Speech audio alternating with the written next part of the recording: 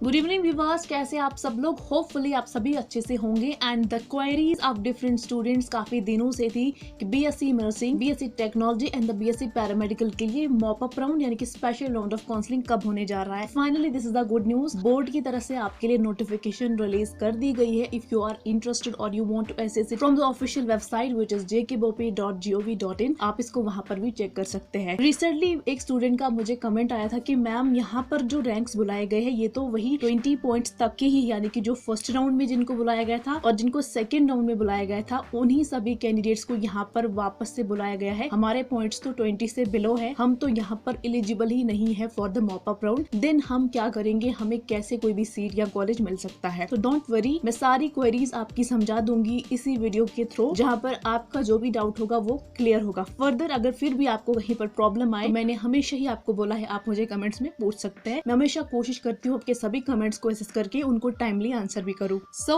Let's move on.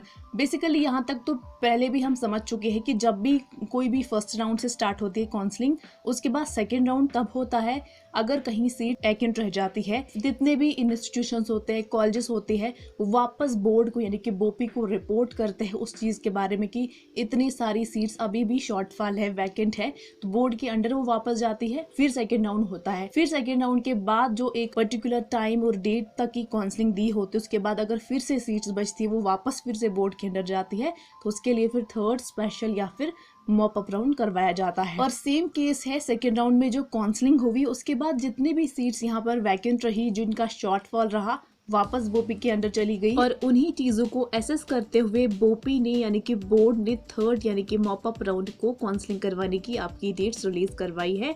और यहाँ पर आपको डिफरेंट रैंक्स देखने को मिलेंगे, जहाँ पर सबसे पहले आपका 21 दिसंबर 2021 में है, यानी कि 21 दिसंबर से लेकर 25 दिसंबर तक ये काउंसलिंग चलेगी। पहली जो 21 को है वो इस रैंक से लेकर, यानी कि ये सारे रैंक्स हैं, रैंक 1 से लेकर रैंक 5519 तक, यानी कि फर्स्ट राउंड के सारे कैंडिडेट्स और सेकंड राउंड के सभी रैंक्स यहाँ पर जाएंगे। लेकिन जाएंगे सिर्फ वही जो कैटेगरी से बिलोंग करते हैं। ओपन मेरिट को यहाँ पर इस दिन में नहीं बुलाया गया है। और ये जितने भी कैटेगरी वाइज कैंडिडेट्स हैं, इन सबको बताया गया है कि आपका जब ऑफिशियली सीट मैट्रिक्स जो आपका आएगा 20 दिसंबर 2021 इवनिंग में, उसको अच्छे से एसेस करने के बाद, देखने के बाद कि क्या आपके पास अपॉर्चुनिटी है, कहीं पर सीट अवेलेबल है। अगर आपको अपग्रेड करना है यानी कि शिफ्ट करना है from one college to another, seat matrix को देखने के बाद ही कि सीट्स है अवेलेबल आपके लिए, तो ही आप काउंसलिंग में आकर पार्टिसिपेट करेंगे। फिर बाकी जितनी भी रैंक्स है अलग अलग डेज से, इनमें डिफरेंट रैंक्स को बुलाया गया है। और यहाँ पर सभी कैटेगरी के कैंडिडेट्स है, चाहे ओपन मेरिट की बात करें या फिर बाकी कैटेगरी के कैंडिडेट्स की। यहाँ पर अब ऐसा क्यों है,